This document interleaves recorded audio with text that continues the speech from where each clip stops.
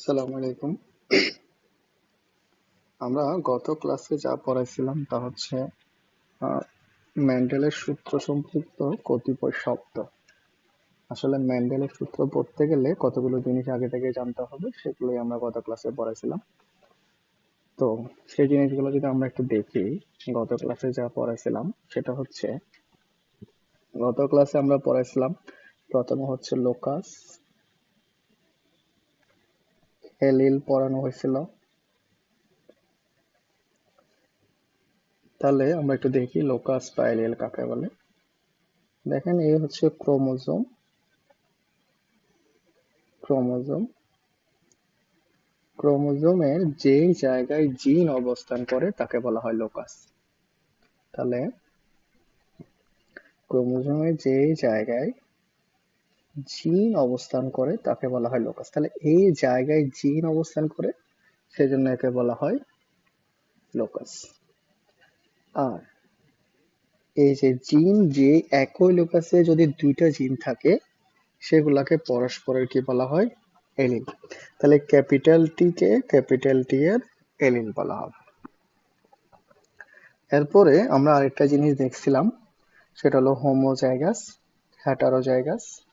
এরপরে আমরা যদি আরেকটা জিনিস বলি, ফিনোটাইপ আর জিনোটাইপ। তাহলে খেয়াল করেন, এই যে উপরের যে জিনটা আছে এখানে, একটা হলো ক্যাপিটাল টি আর একটা ক্যাপিটাল টি। তাহলে দুইটা জিনই একই ধরনের বৈশিষ্ট্য প্রকাশ করে, সেজন্য এগুলো হলো হোমোজাইগাস। এগুলো আমরা কি বলছি? হোমোজাইগাস। এখন আপনি যদি এখানে দেন ক্যাপিটাল আর স্মল আর, মনে করেন আর কি, আর মনে করেন লাল, ক্যাপিটাল আর মনে করেন লাল, স্মল আর মনে করেন হচ্ছে বাদামি। তাহলে এই দুইটা কি করে? ভিন্ন বৈশিষ্ট্য প্রকাশ করে। তাহলে এখানে যে লোকাস আছে, এই লোকাসে জিন দ্বয় ভিন্ন বৈশিষ্ট্য প্রকাশ করে, সেজন্য একে আমরা কি বলবো? একে আমরা বলবো হেটারোজাইগাস। একে আমরা কি বলবো? হেটারোজাইগাস। আর এর পরবর্তী পয়েন্ট, হেটারোজাইগাস অবস্থায় যে বৈশিষ্ট্যটা প্রকাশ পায় সেটাকে আমরা বলি প্রকট বৈশিষ্ট্য। তাহলে এখানে কি হতে পারে? এটা হচ্ছে বাদামিও হতে পারে, আবার এটা লালও হতে পারে। দুইটা থেকে যে কোনো একটা হবে। যদি হেটারোজাইগাস অবস্থায় লাল বৈশিষ্ট্যটা প্রকাশ পায়, সেজন্য এটাকে বলা হবে কি? এটাকে বলা হবে প্রকট বৈশিষ্ট্য। আর যে বৈশিষ্ট্যটা প্রকাশ পাবে না, সেটাকে কি বলা হবে? সেটাকে বলা হবে প্রচ্ছন্ন বৈশিষ্ট্য। আর যেই জিনটা বৈশিষ্ট্য প্রকাশ করে, সেটাকে বলা হয় প্রকট জিন। আর যেই জিনটা বৈশিষ্ট্য প্রকাশ করে না, সেটাকে বলা হয় প্রচ্ছন্ন জিন। তো এই জিনিসগুলো আমরা গত ক্লাসে পড়াইছিলাম। তো আমরা আজকে যেটা পড়াবো, আজকে হচ্ছে আমরা একটু সোজা জিনিসই পড়াবো। সেটা হলো মেন্ডেলের প্রথম সূত্র। সেটাই আমরা আজকে পড়ানোর চেষ্টা করব। তাহলে দেখেন, মেন্ডেলের প্রথম সূত্র, আমরা যদি আগে সূত্রটা একবার পড়ে দেখি, তারপর বাকিটা আমরা দেখবো। তাহলে মেন্ডেলের প্রথম সূত্র বলছে, মেন্ডেল সংকর জীবে, তাহলে সংকর জীব মানে হাইব্রিড জীব, আমরা জানি। বিপরীত বৈশিষ্ট্যের ফ্যাক্টর গুলো, তাহলে বিপরীত বৈশিষ্ট্য মানে কি? মনে করেন একটা ক্যাপিটাল টি, একটা স্মল টি। তাহলে ক্যাপিটাল টি কি করে? লম্বা বৈশিষ্ট্য প্রকাশ করে। স্মল টি কি করে? খাটো বৈশিষ্ট্য প্রকাশ করে। তাহলে বিপরীত বৈশিষ্ট্যের ফ্যাক্টর গুলো, ফ্যাক্টর মানে জিন, মিশ্রিত বা পরিবর্তিত না হয়ে পাশাপাশি অবস্থান করে এবং জনন কোষ সৃষ্টির সময় পরস্পর থেকে পৃথক হয়ে ভিন্ন জনন কোষে প্রবেশ করে।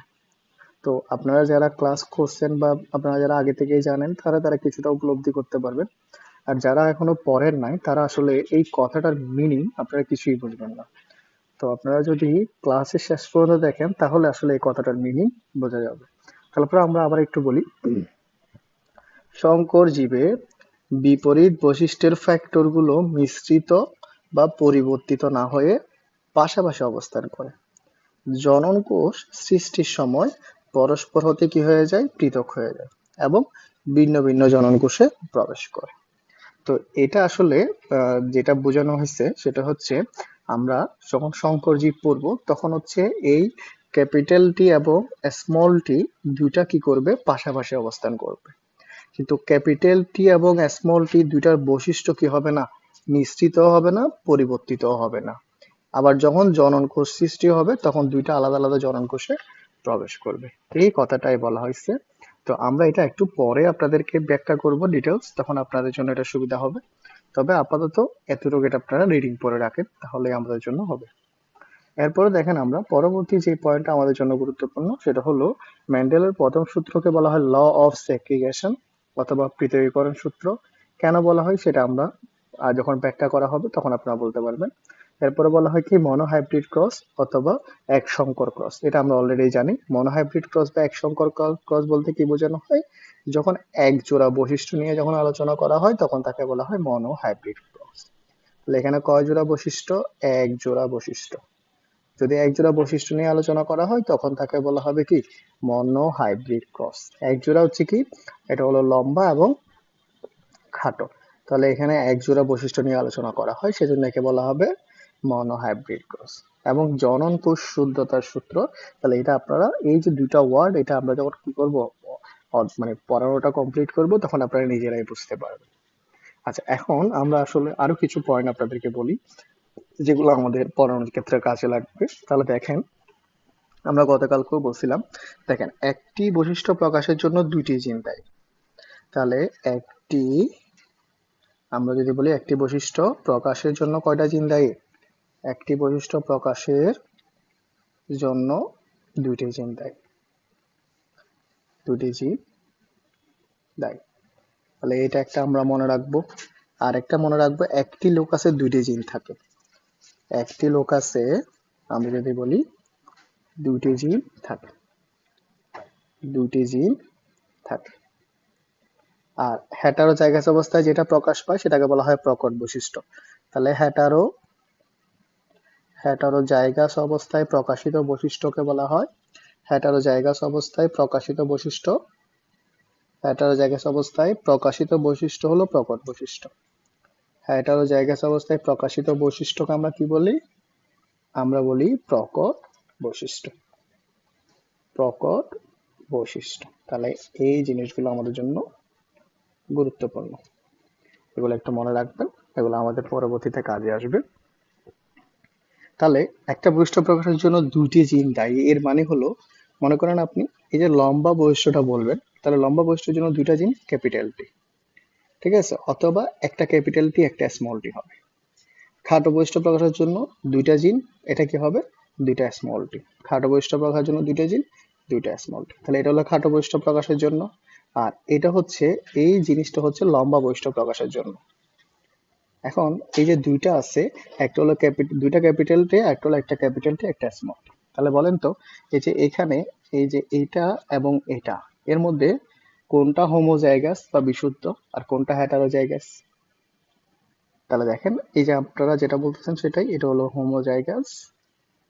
তাহলে এই জিনিসটা হলো হোমোজাইগাস মানে বিশুদ্ধ, হোমোজাইগাস ওটা বা বিশুদ্ধ। এটাকে বলা হবে হেটারোজাইগাস মানে সংকর।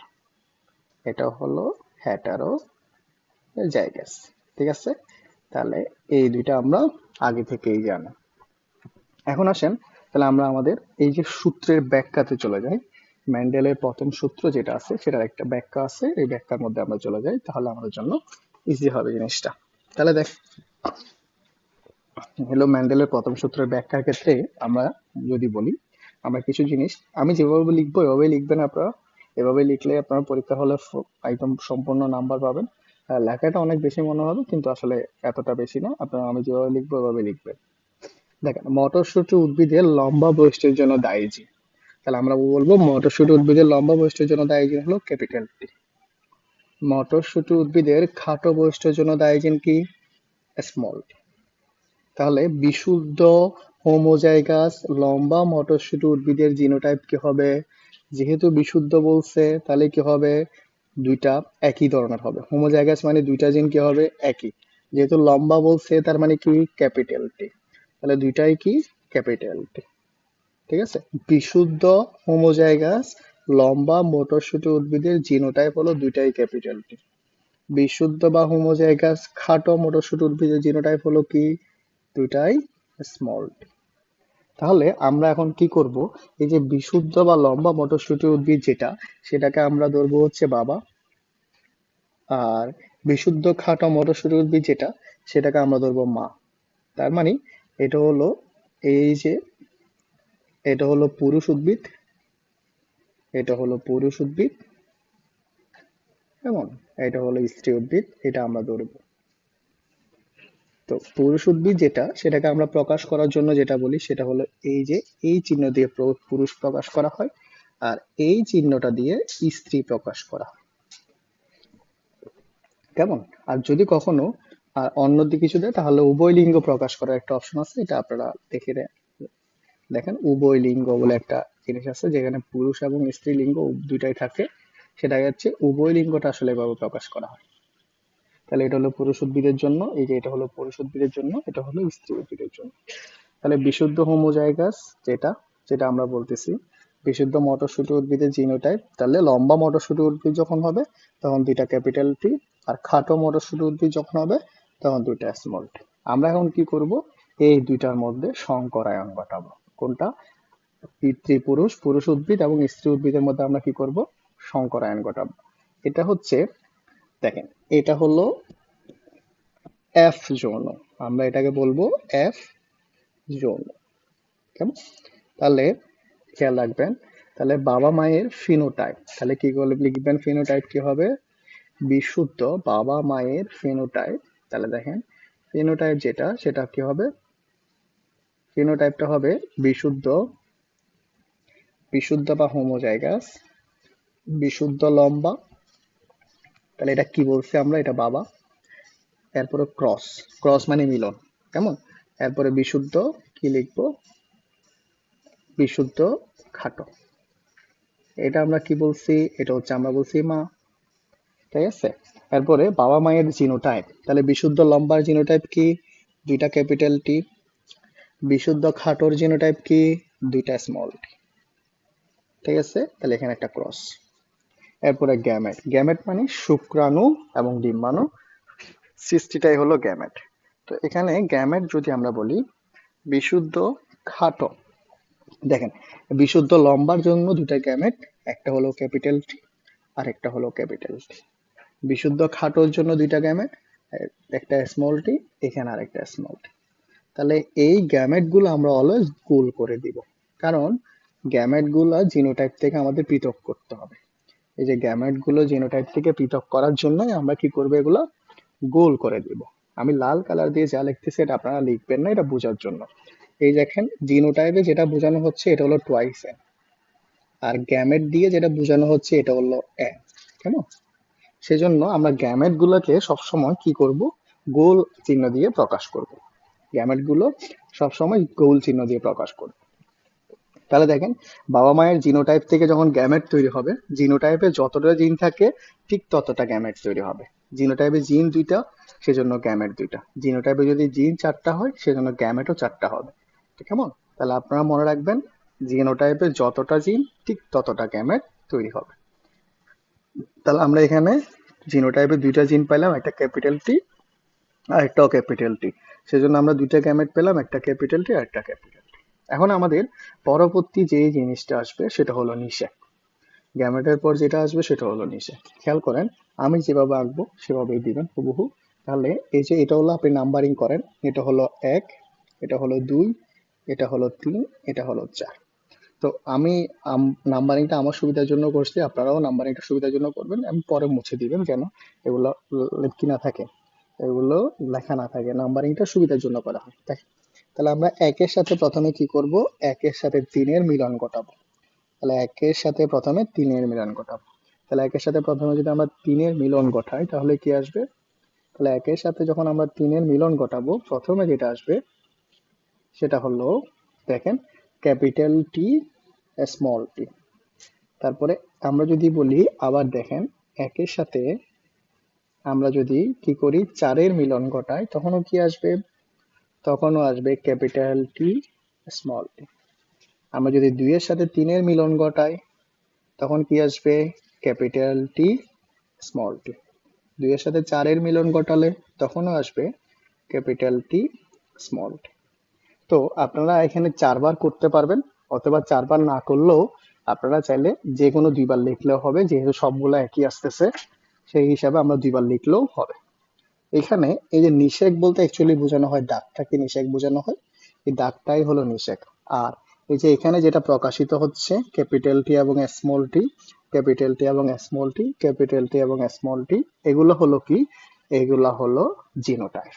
যেহেতু এগুলা জিনোটাইপ, সেহেতু আপনারা কখনোই জিনোটাইপে কি করবেন না, গোল দিবেন না। তার মানে আপনারা কখনোই ক্যাপিটাল টি স্মল টি এইভাবে লিখে গোল দিবেন না, এটা কি না, এটা রাইট না।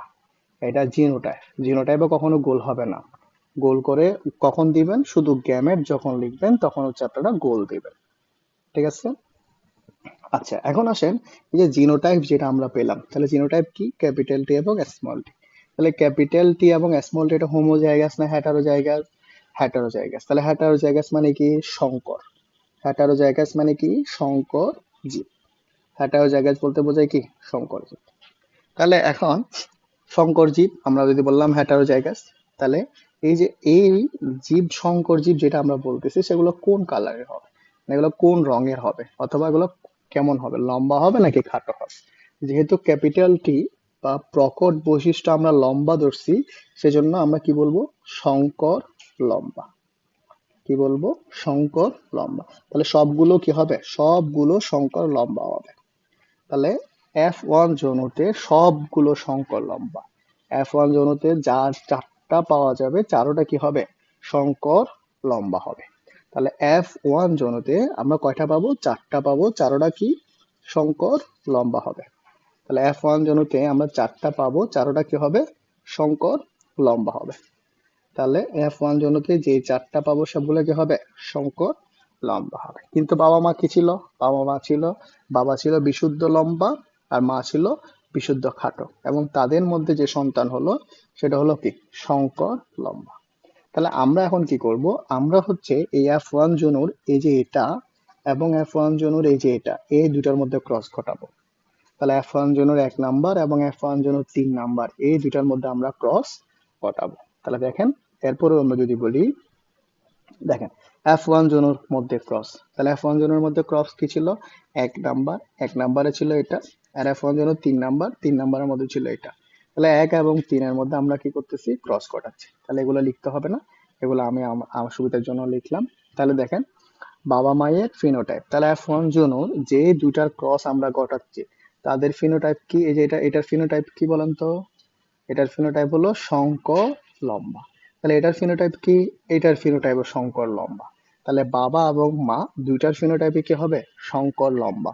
এখন আপনারা আমাকে কোয়েশ্চেন করবেন এগুলো আসছে থেকে, এই যে এগুলো আসছে হচ্ছে F1 জনু থেকে। আমরা আগের পেজে F1 জনুতে যেই সন্তানগুলো পেলাম, সেই সন্তানের 1 নাম্বার সন্তান এবং 3 নাম্বার সন্তানের মধ্যে আবার কি করা হচ্ছে, আবার ক্রস ঘটানো হচ্ছে। তাহলে 1 নাম্বার সন্তানও কি ছিল, শঙ্কর লম্বা, 3 নাম্বার সন্তানও কি ছিল, শঙ্কর লম্বা। সেজন্য বাবা মায়ের ফিনোটাইপ কি হবে, বাবা মায়ের ফিনোটাইপ হবে শঙ্কর লম্বা। তাহলে আপনি যদি এটাকে বাবা ধরেন, এরপরে ক্রস মা দিয়ে কি লিখবেন, সেটা হোক কি হবে, শঙ্কর লম্বা। ঠিক আছে। আচ্ছা, এখন তাহলে আপনি নিচে এরকম চিহ্ন দিচ্ছেন, মানে এটা কি, এটা হলো মা। এখন আসেন, এবার বাবা মায়ের জিনোটাইপ কি, তাহলে শঙ্কর লম্বা, তাহলে এটাও বিশুদ্ধ না। বিশুদ্ধ হলে দুইটা জিন একই হতো, যেহেতু শঙ্কর তাহলে জিন দুইটা কি হবে, জিন দুইটা আলাদা হবে। যেহেতু এখানে শঙ্কর, সেজন্য জিন দুইটা কি হবে, আলাদা হবে। এখন একইভাবে গ্যামেট, গ্যামেট কি, যেহেতু এখানে দুইটা জিন, জিনোটাইপে যেহেতু দুইটা জিন, গ্যামেট কয়টা হবে, দুইটা। একটা হলো ক্যাপিটাল টি, আর একটা হলো কি, স্মল টি। একটা হলো কি, ক্যাপিটাল টি, আর একটা হলো কি, স্মল। এখন আমরা অলওয়েজ F2 জনের ফলাফলটা এরকম, এইরকম ভাবে দেখাবো, এটাকে বলা হয় চেকার বোর্ড। আমরা অলওয়েজ F2 জনের ফলাফলটা চেকার বোর্ডের মাধ্যমে দেখাবো। অলওয়েজ, সবসময় আমরা F2 জনের ফলাফলটা কি করব, চেকার বোর্ডের মাধ্যমে দেখাবো। তাহলে আমরা যদি একটু লিখি, খেয়াল করেন, এই যে এখানে একটা দাগ দিলাম আমি মাঝখানে সুবিধার জন্য। তাহলে এবার উপরে দিলাম হচ্ছে এটা, এটা মানে কি, বাবা। নিচে দিলাম এটা, এটা মানে কি, মা। তাহলে দেখেন, capital T, small tea, capital T, small tea. দেখেন, দেখেন আমি কিন্তু অলরেডি ভুল করছি। কি ভুল করছি, দেখেন আমি কিন্তু গ্যামেট লিখছি, কিন্তু কি দিই নাই, গোল দিই নাই। তাহলে দেখেন, এই যে গ্যামেট লিখছেন আপনি, কি দেন নাই, গোল দেন নাই, তার মানে ভুল। আপনাকে এটা ভুল। তাহলে গ্যামেট লিখলে অলওয়েজ কি করতে হবে, গোল দিতে হবে। এগুলো কি, গ্যামেট, তাহলে এগুলো কি করতে হবে, গোল দিতে হবে। তাহলে দেখেন, এখন হচ্ছে আমরা যদি আমাদের পরবর্তী জায়গায় আসি, সেটা হচ্ছে দেখেন, এই যে এই গড়টা কার কার জন্য কমন, এর জন্য কমন, এর জন্য কমন। তাহলে আমরা যদি কি লিখি, দুইটা ঘর থেকে কমন আসে, তাহলে কি দুইটা ক্যাপিটাল টি। এটা কার জন্য কমন? এর জন্য কমন, এর জন্য কমন, সেজন্য কি হবে, এখানে একটা ক্যাপিটাল টি, একটা স্মল টি। এবার আসেন আমাদের পরবর্তী যেটা আসবে, সেটা হচ্ছে এই জায়গায় দেখেন, তাহলে এখানে কি হবে, এটা কার জন্য কমন, এটা এই যে এটা হলো, একটা হলো ক্যাপিটাল টি, একটা হলো স্মল টি। আর এই জায়গায় দুইটা কি, দুইটাই হলো স্মল টি। তাহলে খেয়াল করেন, প্রথমটা হলো বিশুদ্ধ লম্বা, প্রথমটা আপনারা যদি বলেন বিশুদ্ধ কি হবে, লম্বা। দুই নাম্বারটা আমরা কি বলবো, সংকর লম্বা, সংকর লম্বা। তিন নাম্বারটা আমরা কি বলবো, তাও সংকর লম্বা। চার নাম্বারটা কি, চার নাম্বারটা আমাদের জন্য খুবই গুরুত্বপূর্ণ। চার নাম্বারটা কি, খাটো। চার নাম্বারটা কি, খাটো। খেয়াল করেন, এই যে বাবা এবং মা কোনটা কি খাটো ছিল, এই যে দেখেন, এই যে বাবা মায়ের আমরা যেটা দেখাইছি F1 জনুতে, F1 জনুতে বাবা কি ছিল, লম্বা, মা কি ছিল, লম্বা। তাহলে সন্তান হওয়ার কথা কি ছিল, লম্বা। কিন্তু এখন সন্তান কি হয়ে গেছে, খাটো হয়ে গেছে। এখন সন্তান কি হয়ে গেছে, খাটো হয়ে গেছে। তাহলে আমাদের সমাজে বাবাও লম্বা, মাও লম্বা, সন্তান খাটো, তখন তো হায় রে মায়, আল্লাহ, এই সন্তান কোত্থেকে আসছে। ঠিক আছে, আসলে এটা এরকম না। দেখেন, বাবা এবং মা দুজনই লম্বা হতে পারে, সন্তান খাটো কেন, কারণ হচ্ছে এই সন্তানের বৈশিষ্ট্যটা বাবা মা থেকে আসে নাই, সেটা দাদা দাদি থেকে আসছে। মানে সন্তানের যে বৈশিষ্ট্যটা, এটা কার থেকে আসছে, দাদা দাদি থেকে আসছে। কারণ F1 জনুর বাবা মা কে ছিল, এফ এফ এ কি ছিল, একটা লম্বা ছিল আর একটা কি ছিল, খাটো ছিল। তাহলে এফ যেহেতু লম্বা এবং খাটো ছিল, ওই খাটো বৈশিষ্ট্যটা কোথায় চলে আসছে, F2 তে চলে আসছে। তার মানে আমার দাদা এবং আমার দাদি, আমার দাদা লম্বা ছিল, আমার দাদি খাটো ছিল। এখন আমার বাবা মা দুজনেই লম্বা, কিন্তু আমি খাটো। তাহলে আমি খাটো কোত্থেকে হলাম, ওই যে আমার দাদি যে খাটো ছিল, সেই জায়গা থেকে আমি কি হলাম, খাটো হলাম। ঠিক আছে, তার মানে একটা জেনারেশন পরে কি আসতে পারে, বৈশিষ্ট্য এইভাবে আসতে পারে। এখন পয়েন্ট হলো যদি খেয়াল করেন আপনি, পয়েন্ট হলো আমরা এই যে এই F1 জনুতে যেটা দেখানো হলো, F1 জনুতে দুইটা জিন, F1 জনুতে আমরা এটা দুইটা জিন দেখালাম। এই যে এই জিনটা, এই যে এটা এবং এটা F1 জনুতে আমরা যে দুইটা দেখাইলাম। এখন F1 জনুর এই দুইটা জিন যদি কি হয়, খেয়াল করেন, F1 জনুর এই দুইটা জিন যদি, আমরা যদি বলি যে F1 জনুর এই দুইটা জিন যদি কি করতো, মিশ্রিত হয়ে যেত, অথবা কি হয়ে যেত, অথবা যদি পরিবর্তিত হয়ে যেত, তাহলে তাহলে কি, তাহলে আমরা এই জায়গায় কি পেতাম, এই জায়গায় কি খাটো বৈশিষ্ট্যটা পেতাম। খেয়াল করেন, আমি আবার একটু আপনাকে বুঝিয়ে বলি। দেখেন, এটা হলো ক্যাপিটাল টি, এটা এই ক্যাপিটাল টি, স্মল টি। তাহলে জিনিসটা আমি আপনাকে একটু বুঝাই বলার জন্য এখানে দেখাচ্ছি। দেখেন জিনিসটা এই জায়গায় দেখাচ্ছি আমি আপনাকে, খেয়াল করেন। তাহলে capital T, small tea, capital T, small tea. তাহলে বাবা মা দুজনেই লম্বা, বাবা মা দুজনেই লম্বা। এখন সন্তান যে হইলো, সন্তান যে হলো, সে কি হলো, সে হলো খাটো হয়ে গেছে, সে হলো খাটো। তাহলে এখন কথা হচ্ছে, এই ক্যাপিটাল টি এর সাথে স্মল টিটা যদি মিলে যেত, এটা যদি মিলিত হয়ে যেত, অথবা এই ক্যাপিটাল টি এর প্রভাবে স্মল টিটা যদি পরিবর্তিত হয়ে যেত, স্মল টিটা যদি কি হয়ে যেত, পরিবর্তিত হয়ে যেত, তাহলে সন্তানের এই খাটো বৈশিষ্ট্যটা কি প্রকাশ পেত, বলো, সন্তানের এই খাটো বৈশিষ্ট্যটা কি প্রকাশ পেত, অবশ্যই কি প্রকাশ পেত না। তার মানে এখানে ম্যান্ডেল যেটা বলছে, সেটা হলো সংকর জীবে কি হয় না, এই বিপরীত বৈশিষ্ট্যের ফ্যাক্টর গুলো মিশ্রিত হয় না বা পরিবর্তিত হয় না। তাহলে কি করে, ওরা পাশাপাশি অবস্থান করে এবং পরবর্তীতে জননকোষ সৃষ্টির সময় কি হয়, ভিন্ন ভিন্ন জননকোষে প্রবেশ করে। তাহলে আমি একটু আপনাদেরকে আরো একটু ভালো করে দেখাচ্ছি এই জিনিসটা। দেখেন, আমরা যদি বলি, দেখেন এই জিনিসটা আমরা যদি একটু দেখাই আপনাদেরকে,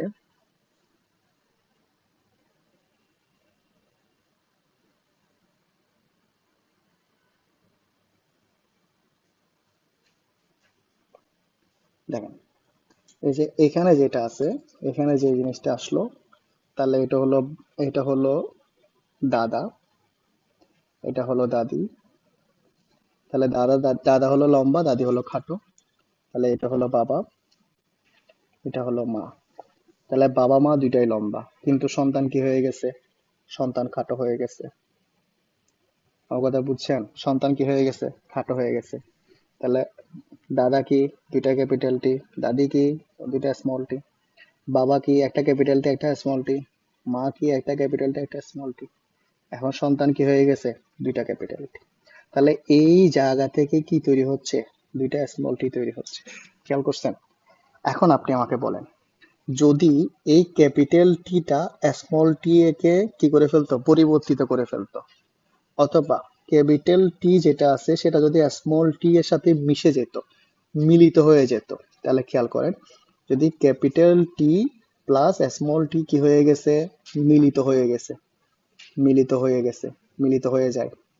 অথবা ক্যাপিটাল টি কি করে? ক্যাপিটাল টি এই স্মল টি কে পরিবর্তিত করে ফেলে। স্মল টি কে যদি কি করে ফেলতো? পরিবর্তিত করে ফেলতো। তাহলে কি এই খাটো বৈশিষ্ট্যটা কি প্রকাশ পেত? এই খাটো বৈশিষ্ট্যটা কি প্রকাশ পেত? অবশ্যই না। যেহেতু খাটো বৈশিষ্ট্য প্রকাশ পেয়েছে, সেহেতু কি করে নাই, ম্যান্ডেল বলছে, সেহেতু এই যে বিপরীত বৈশিষ্ট্যের ফ্যাক্টর বা জিনগুলো মিশ্রিত বা পরিবর্তিত হয় না, পাশাপাশি অবস্থান করে জনন কোষ সৃষ্টির সময় কি করে? ভিন্ন ভিন্ন জনন কোষে গমন করে। তাহলে দেখেন, এই যে বাবার ক্রোমোজোমের মধ্যে এভাবে ছিল, এই যে বাবার ক্রোমোজোমে এটা এভাবে ছিল, বাবার ক্রোমোজোমে এই যে ক্যাপিটাল টি, এখানে ক্যাপিটাল টি ছিল, এখানে স্মল টি ছিল, শেষ। এই যে এখন যখন কি হয়েছে, যখন গ্যামিট বা শুক্রাণু তৈরি করছে, তখন কি হলো, এই যে এটা এটা একটা শুক্রাণুতে চলে গেছে, এটা আরেকটা শুক্রাণুতে চলে গেছে। একইভাবে মাঠটাও কি এরকম ছিল, যখন শুক্রাণু ডিম্বাণু তৈরি করছে, এটা একটা ডিম্বাণুতে চলে গেছে, এটা একটা ডিম্বাণুতে চলে গেছে। তাহলে এই কথাটাই হচ্ছে ম্যান্ডেল বলতে চাইছে।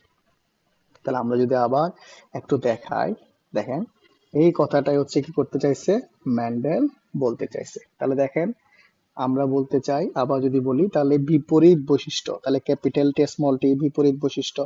তাহলে বিপরীত বৈশিষ্ট্যের ফ্যাক্টর গুলো কি হয় না?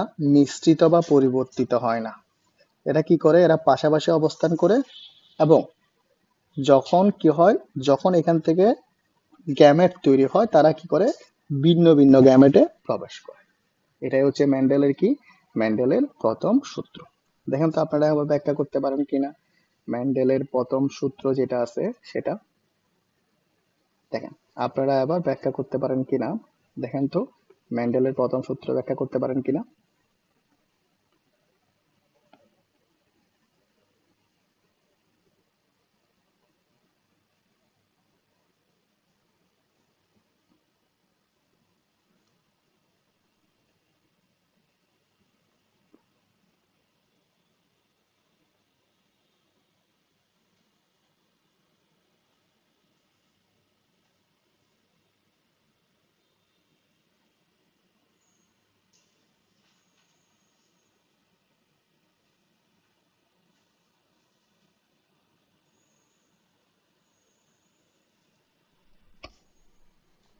দেখেন, এবার ম্যান্ডেলের প্রথম সূত্র ব্যাখ্যা করতে পারেন কিনা দেখেন।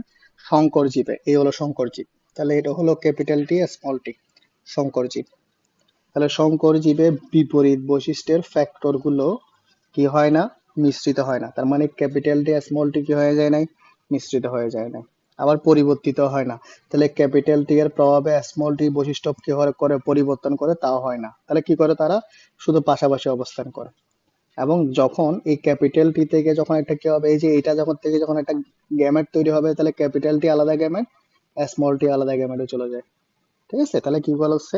তাহলে এরা সংকর জীবে বিপরীত বৈশিষ্ট্যের ফ্যাক্টর গুলো মিশ্রিত বা পরিবর্তিত না হয়ে পাশাপাশি অবস্থান করে, জনন কোষ সৃষ্টির সময় পরস্পর থেকে পৃথক হয়ে যায় এবং ভিন্ন ভিন্ন জনন কোষে প্রবেশ করে। ঠিক আছে? তাহলে এটাই হচ্ছে কথা। তাহলে দেখেন, যেহেতু এরা কি করে? জনন কোষ সৃষ্টির সময় পৃথক হয়ে যায়, তাহলে জনন কোষ সৃষ্টির সময় এই যে দুইটা থেকে আলাদা হয়ে যায়, সেই জন্য একে বলা হবে পৃথকীকরণ সূত্র। তাহলে এটা ক্যাপিটাল টি ছিল, দুইটা স্মল টি ক্যাপিটাল টি একসাথে ছিল, যখন জনন কোষ সৃষ্টি হয় তাহলে ক্যাপিটাল টি একটা জনন কোষে চলে যায়, স্মল টি আরেকটা জনন কোষে চলে যায়, সেজন্য একে বলা হবে কি, একে বলা হবে পৃথকীকরণ সূত্র। একইভাবে জনন কোষ বলা হবে কি বিশুদ্ধতার সূত্র বলা হবে। তাহলে এই দুইটা হচ্ছে বলা হয়, একটু দেখবেন আপনারা। তাহলে আমরা আবার যদি প্রথম থেকে একটু করে দেখি, তাহলে লম্বা বৈশিষ্ট্যের জন্য দায়ী জিন ক্যাপিটাল টি, খাটো বৈশিষ্ট্যের জন্য দায়ী জিন স্মল টি। লম্বা বৈশিষ্ট্যের জন্য জিনোটাইপ দুইটা ক্যাপিটাল টি, খাটো বৈশিষ্ট্যের জন্য জিনোটাইপ দুইটা স্মল টি। এখন এটা যখন আপনারা কি করবেন, আপনারা যখন ক্রস ঘটাবেন তাহলে বিশুদ্ধ লম্বা বিশুদ্ধ খাটো, তাহলে ক্রস ঘটালে F1 জনুতে সবগুলো কি হবে, সবগুলো সংকর লম্বা হবে, তার মানে একটা ক্যাপিটাল টি একটা স্মল টি। আবার F1 জনুতে যখন আপনারা ক্রস ঘটাবেন, F1 জনুতে যখন আপনারা ক্রস ঘটাবেন তাহলে কি হবে, শঙ্কর লম্বা শঙ্কর লম্বা, তাহলে বাবাও লম্বা মাও লম্বা, কিন্তু সন্তান একটা কি হয়ে গেছে, খাটো হয়ে গেছে। তাহলে তিনটা সন্তান লম্বা, তাহলে লম্বা কয়টা, লম্বা হলো তিনটা। খাটো কয়টা, খাটো হলো একটা। তাহলে তাহলে লম্বা কয়টা, তিনটা, খাটো কয়টা, একটা। তাহলে চারটা সন্তানের মধ্যে একটা খাটো হয়ে গেছে, কিন্তু বাবা কি লম্বা মাও কি লম্বা, তাহলে এই খাটো বৈশিষ্ট্যটা কোত্থেকে আসছে, দাদা দাদি থেকে আসছে। তাহলে এই জন্য আমরা বলতে পারি দাদা দাদির যে বৈশিষ্ট্যগুলো ছিল সেগুলো বাবা মায়ের যখন আসছে তখন কি হয় নাই, মিশ্রিত হয় নাই, পরিবর্তিত হয় নাই, ওরা কি করছে পাশাপাশি অবস্থান করছে, পরবর্তীতে জনন কোষ সৃষ্টির সময় কি করে গেছে, ভিন্ন ভিন্ন জনন কোষে প্রবেশ করছে। এটাই হলো ম্যান্ডেলের প্রথম সূত্র। এখান থেকে একটা কোশ্চেন আসবে, সেটা হলো ম্যান্ডেলের প্রথম সূত্রের আমরা যদি বলি ফিনোটাইপিক অনুপাত কত, 3:1। ফিনোটাইপিক অনুপাত হলো 3:1। লম্বা কয়টা, তিনটা। খাটো কয়টা, একটা। এটা পরীক্ষা আসবে, ট্রিপল স্টার এমসিকিউ। ফিনোটাইপিক অনুপাত 3:1। জিনোটাইপিক অনুপাত কয়টা, এই যে লম্বা যে আমরা বললাম, লম্বা কয়টা বললাম, লম্বা বললাম তিনটা। তাহলে এই তিনোটা লম্বা কি বিশুদ্ধ, তিনোটা লম্বা কি বিশুদ্ধ, বলেন তো, তিনোটা লম্বা কি বিশুদ্ধ, অবশ্যই না। তাহলে একটা হলো বিশুদ্ধ লম্বা, আর বাকি দুইটা হলো কি সংকর লম্বা, আর একটা হলো বিশুদ্ধ খাটো। সেজন্য ফিনোটাইপিক অনুপাত হচ্ছে 3:1, কিন্তু জিনোটাইপিক অনুপাত 1:2:1। এটাও ট্রিপল স্টার এমসিকিউ। তাহলে জিনোটাইপিক অনুপাত কি, জিনোটাইপিক অনুপাত 1:2:1, ফিনোটাইপিক অনুপাত 3:1। এগুলো আমাদের পরীক্ষায় আসবে, এগুলো আমাদের জন্য পরীক্ষার জন্য গুরুত্বপূর্ণ। আশা করি আপনারা আমি যা বলছি পারবেন, নিজে নিজে প্র্যাকটিস করবেন, তাহলে আশা করি প্রবলেম হবে না। এখন আসেন, আমাদের একটা জিনিস রয়ে গেল, সেটা হচ্ছে চেকার বোর্ড। ওই যে আমরা F2 জোনতে দেখানো হয়েছিল, F2 জোনতে দেখেন, আমরা F2 জোনতে এরকম একটা গড় করছিলাম, দেখেন এরকম একটা গড় দেখানো হয়েছে F2 জোনতে, যে গড়ের মধ্যে এদিকে ছিল বাবা, এদিকে ছিল মা। তাহলে এখানে ছিল ক্যাপিটাল টি, এখানে ছিল স্মল টি, এখানে ক্যাপিটাল টি, এখানে স্মল টি। তাহলে এটা কি, এই দুইটা ক্যাপিটাল টি, এখানে কি একটা ক্যাপিটাল টি একটা স্মল টি, এখানে কি একটা ক্যাপিটাল টি একটা স্মল টি, এখানে দুইটা স্মল টি। তাহলে এই যে F2 জোন যে বোর্ডটা দিয়ে প্রকাশ করা হয় এটাকে বলা হয় চেকার বোর্ড অথবা পানেট স্কোয়ার। তাহলে বংশগতি ও পরীক্ষার ফলাফল ব্যাখ্যা করার সময় যে চক ব্যবহার করা হয় তাকে চেকার বোর্ড বা পানেট স্কোয়ার বলা হয়। তাহলে ঠিক আছে, তাহলে মেইনলি এটা F2 জোন ব্যাখ্যা করার জন্য ব্যবহার করা হয়। তাহলে F2 জোন ব্যাখ্যা করার জন্য যে বোর্ড ব্যবহার করা হয় সেটাকে বলা হয় চেকার বোর্ড অথবা পানেট স্কোয়ার। এটা বিজ্ঞানী পানেট আবিষ্কার করছে, সেজন্য একে বলা হয় পানেট স্কোয়ার। এখন আসেন আমাদের পরবর্তী পয়েন্ট, সেক্স ক্রোমোজোম এবং অটোজোম। ঠিক আছে, সেক্স ক্রোমোজোমকে আমরা হ্যাটারোজোম বলি। হ্যাটারোজোম মানে কি, একটা এক্স একটা ওয়াই, এই জন্য এটা হ্যাটারোজোম বলা হয়। তাহলে মেইলে কি হতে পারে, এক্স ওয়াই হতে পারে, এক্স আলাদা ওয়াই আলাদা, যেহেতু এটা দুইটা ভিন্ন বৈশিষ্ট্য প্রকাশ করে সেজন্য এটা হচ্ছে হ্যাটারোজোম বলা হয়। তাহলে সেক্স ক্রোমোজোম কি, যে ক্রোমোজোম গুলো লিঙ্গ নির্ধারণ করে সেটাকে বলা হয় সেক্স ক্রোমোজোম। তাহলে এক্স এক্স হলে কি, এক্স এক্স হলে ফিমেল, এক্স এক্স হলে কি ফিমেল, এক্স ওয়াই হলে কি মেল। তাহলে যে ক্রোমোজোম গুলো লিঙ্গ নির্ধারণ করে, তাহলে এক্স এবং ওয়াই এর কাজ কি, লিঙ্গ নির্ধারণ করা। যে সকল ক্রোমোজোম লিঙ্গ নির্ধারণ করে তাকে বলা হয় সেক্স ক্রোমোজোম। তাহলে আমাদের মোট ক্রোমোজোম কয়টা, 46টা। ঠিক আছে, তাহলে এর মধ্যে সেক্স ক্রোমোজোম কি, এক্স এবং ওয়াই, সেটা হলো মেলে, আর ফিমেলে কি হবে এক্স এক্স। তাহলে এক জোড়া আমরা কি পাবো, এক জোড়া সেক্স ক্রোমোজোম পাবো। তাহলে সেক্স ক্রোমোজোম কয় জোড়া, এক জোড়া। আর অটোজোম কি, এই যে বাকি চুয়াল্লিশটি অথবা 22 জোড়া, বাকি 44টি অথবা 22 জোড়া যে ক্রোমোজোম থাকে, এগুলো কি করে, জীবের দৈহিক গঠন করে। ঠিক আছে? তাহলে যেসব ক্রোমোজোম জীবের দৈহিক গঠন প্রকাশ ঘটাবে বা জীবের দেহ গঠন করবে তাকে বলা হবে অটোজোম। অটোজোম মানে কি? তাহলে সেক্স ক্রোমোজোম ছাড়া বাকি যে ক্রোমোজোম গুলা থাকে, যেগুলা কি করে, যেগুলো দেহ গঠন করে, সেগুলাকে বলা হয় অটোজোম। তাহলে মানুষের বলা হবে 22 জোড়া অটোজোম আর 1 জোড়া সেক্স ক্রোমোজোম। এটা পরীক্ষা আসে। অটোজোম কয় জোড়া? অটোজোম কয় জোড়া? 22 জোড়া। অটোজোম কয়টি? 44টি। ঠিক আছে? সেক্স ক্রোমোজোম কয় জোড়া? 1 জোড়া। সেক্স ক্রোমোজোম কয়টি? 2টি। মোট ক্রোমোজোম কয়টি? মোট ক্রোমোজোম কয় জোড়া? 23 জোড়া। মোট ক্রোমোজোম কয় জোড়া? 23 জোড়া। মোট ক্রোমোজোম কয়টি? 46টি। পরীক্ষার জন্য গুরুত্বপূর্ণ, মনে রাখবেন। তাহলে 22 জোড়া হলো অটোজোম। তাহলে অটোজোম হলো কয় জোড়া? অটোজোম 22 জোড়া। আর সেক্স ক্রোমোজোম কয় জোড়া? সেক্স ক্রোমোজোম হলো হচ্ছে 1 জোড়া। মোট কয় জোড়া? তাহলে মোট হলো 23 জোড়া। আপনারা মনে রাখবেন, এগুলো পরীক্ষায় আসবে। ঠিক আছে? ভালো থাকবেন। আমরা আগামী ক্লাসে ইনশাল্লাহ বাকি জিনিসটা পড়াবো। বাকিটা মানে হচ্ছে ম্যান্ডেলের দ্বিতীয় সূত্রটা আগামী ক্লাসে আমরা শেষ করে দেবো ইনশাল্লাহ। ঠিক আছে?